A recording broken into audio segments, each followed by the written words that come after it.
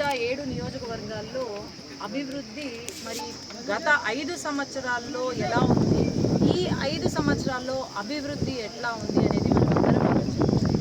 ఎన్నోసార్లు నాకు ఫోన్లో అమ్మ మా గడ్డివాములు కాలిపోయినాయమ్మా అని ఫోన్లు వచ్చేది.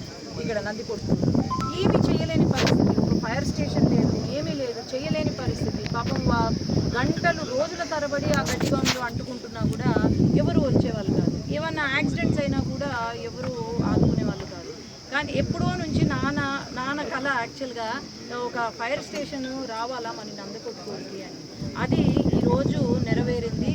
అలాగే ఇక్కడ మన రాష్ట్రానికి దాదాపు 20 ఫైర్ స్టేషన్ అలాట్ చేసి దాదాపు కాన్స్టిట్యూషన్లో ఒక్కొక్క అసెంబ్లీలో ఎక్కడైతే ఫైర్ స్టేషన్స్ లేవు అక్కడ ఫైర్ స్టేషన్స్ని అలాట్ చేయడం జరిగింది. అది ఎన్డీఆర్ఎఫ్ ఫండ్స్ కింద.